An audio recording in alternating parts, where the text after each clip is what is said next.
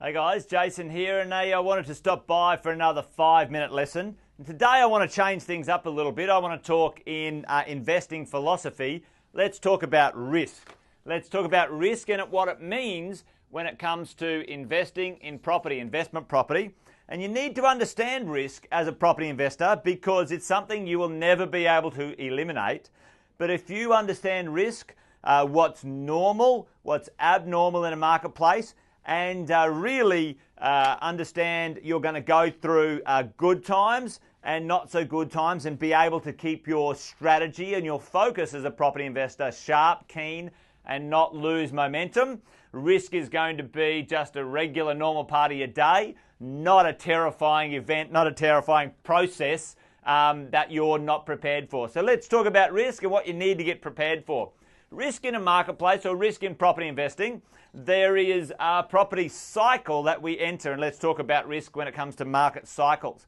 Right in this space here, what I would call the risk downside, where a property may reduce in value and rents may go down and values may go down, etc., in the short term in an adjustment period of a cycle. And so we got to understand with risk, we're going to go through normal ups and downs in a market cycle. So there might be a down part, but also we're looking to invest and take advantage of the up part of the cycle, the down and the up, right? Oh, the down and the up. Now, guys, to be really honest with you, there's no way to be exposed only to the up and not go through the down. Now, but let's put in perspective what the down might be, because the upside long term is wonderful. We want our properties to double in value, the rents to go up, them to provide us with some income.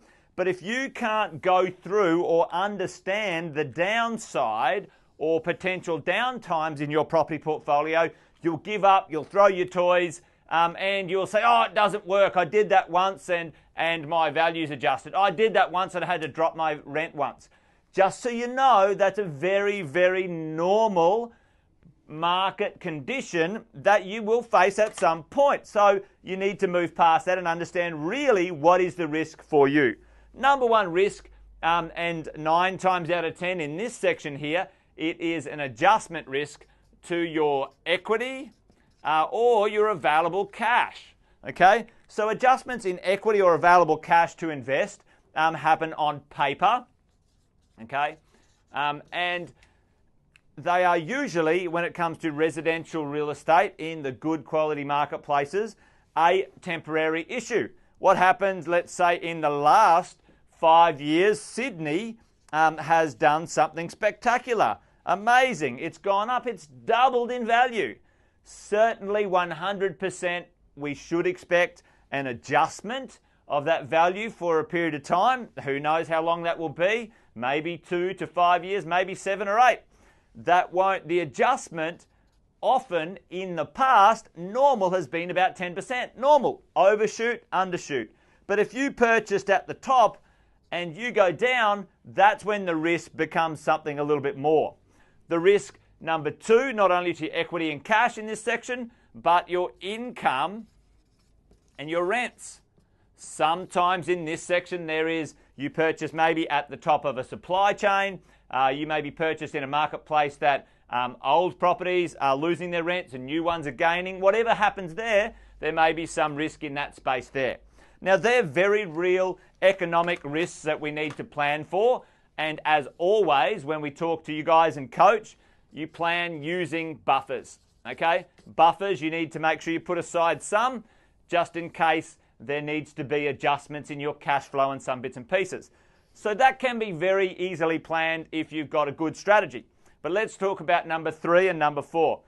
The risk in this space here, often one of the biggest risks that I see is an emotional risk.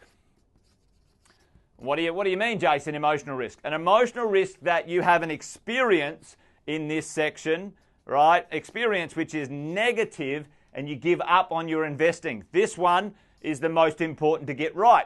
You've got to make sure you understand that ups and downs in this game is normal and you don't lose your your emotional capacity to deal with moving forward and keeping and sticking to your plan. The emotional risk is larger and bigger in reality than these ones because these ones recover. Often we have an emotional challenge in and around investing and we fail to recover. The fourth one is a mental or mind. We lose faith in the strategy or the technical ability of ourselves to continue to invest and manage our way forward. So understanding risk, guys, is not only, okay, am I a low-risk investor, a high-risk investor or whatever? Is there some real stuff at risk that I have to plan for using my buffers? But also these risks here, the emotional and mental risks you face in a downside or a downtime, you need to be able to manage. Know that they are temporary, these downsides. When you have a look at any property market in the past, in the decent cities, the downsides have been small compression and then later on they grow again. That's normal in property. That's normal in any investing. And if you don't want any risk, don't get involved in anything. Really, don't leave the house. So guys, hopefully that was a useful conversation. I just wanted to put in perspective what risk you can manage, but the really important ones we need to manage as property investors along the way. And downsides are normal, upsides are normal. You've got to be on the field to be able to make a goal, kick the goal, create the equity, get the income, get the outcome. So if you need help with that, reach out. We'd love to help you. As always, let me know in the comments below if you want another lesson on something different. And until I see you in person, take care. Bye for now.